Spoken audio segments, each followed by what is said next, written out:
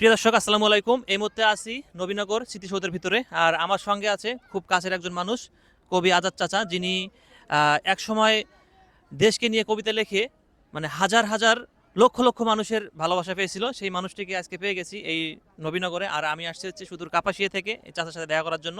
অনেক ভালো মানুষ, যে কোনো জায়গা থেকে ওনাকে ফোন করলে সাথে ফোন রিসিভ করে, পাশাপাশি ওনার সাথে দেখা করতে চাইলে উনি যত ব্যস্ত থাকুক তারপরেও সময় দেয়। সেই মানুষটির সঙ্গে আছি।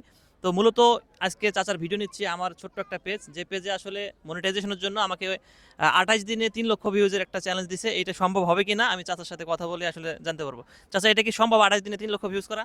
ইনশাল্লাহ সম্ভব। এটা মানে আপনি কনফিডেন্স নিয়ে বলতেছেন? হ্যাঁ, আমি কনফিডেন্স নিয়ে বলতেছি, কারণ বিশেষ করে আমাকে যারা চিনে, জি।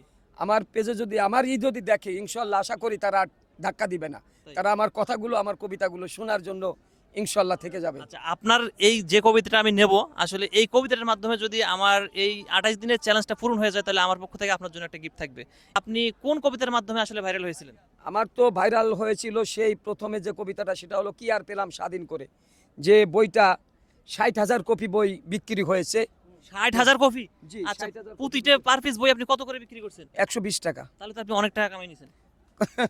কিন্তু ভিডিও থেকে কামাই করতে পারেননি। ভিডিও থেকে আমার শুরু হয়েছে কামাই ইনশাল্লাহ। গত কিছুদিন আগে আমি একটা, এই যে চলতি মাসে আমি একটা ছোট্ট একটা বিল তুলেছি, এটা আমার শুরু।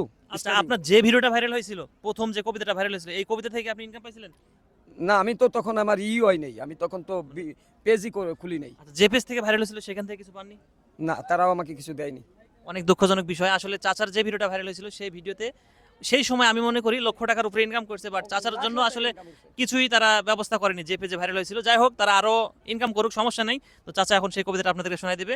তো আশা করছি কবিতাটা ভালো লাগলে আপনারা সবাই শেয়ার করবেন, বেশি বেশি করে শেয়ার করবেন। ধন্যবাদ প্রিয় বন্ধুরা।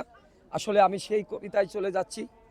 আর কবিতা হলো, কি আর পেলাম স্বাধীন করে, কি আর পেলাম স্বাধীন করে, নেই স্বাধীনের স্বাদ, সব জায়গাতেই রাখা আছে গরিব মারার ফাঁদ, ধনীরা সব ধনী হবে, গরিব হবে শেষ, স্বাধীন করে পেয়েছি আমরা এমন একটি দেশ, হাড়ভাঙ্গা পরিশ্রমে গরিব ঝরায় ঘাম, রাজা থাকে মহাসুখে প্রজা পায় না দাম, ভাবতে গেলে অবাক লাগে হাইরে স্বাধীনতা, এমন স্বাধীন পেয়েছি আমরা কেউ শোনে না কথা, দুর্নীতি আজ এত চাঙ্গা পঙ্গু করেছে দেশ, দেশের টাকা বিদেশ নিয়ে দেশ করেছে শেষ, দেখছে কিন্তু সব লোকে বলিনি কেউ কথা, আমরা কি তাই চেয়েছিলাম এমন স্বাধীনতা। প্রিয় সম্মানিত সুধী, আপনারা কেউ আবার মনে করবেন না যে তাহলে কি কবি কি স্বাধীনতার বিরোধী?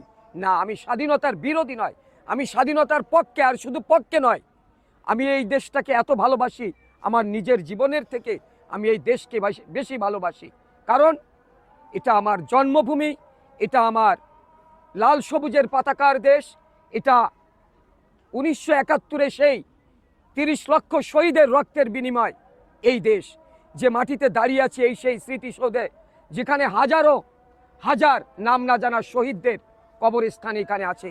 আমি সেই দেশের সন্তান, আমি এই দেশকে আমার জীবনের শেষ নিঃশ্বাস পর্যন্ত ভালোবেসে যাব। ধন্যবাদ।